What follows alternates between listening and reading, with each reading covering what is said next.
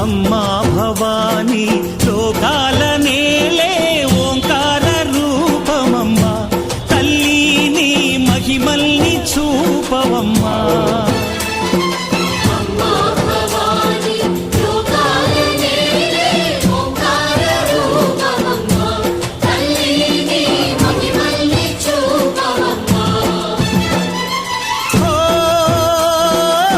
సృష్టికే దీపమా, శక్తికే మూలమా, సింహరథమే నీదమ్మా.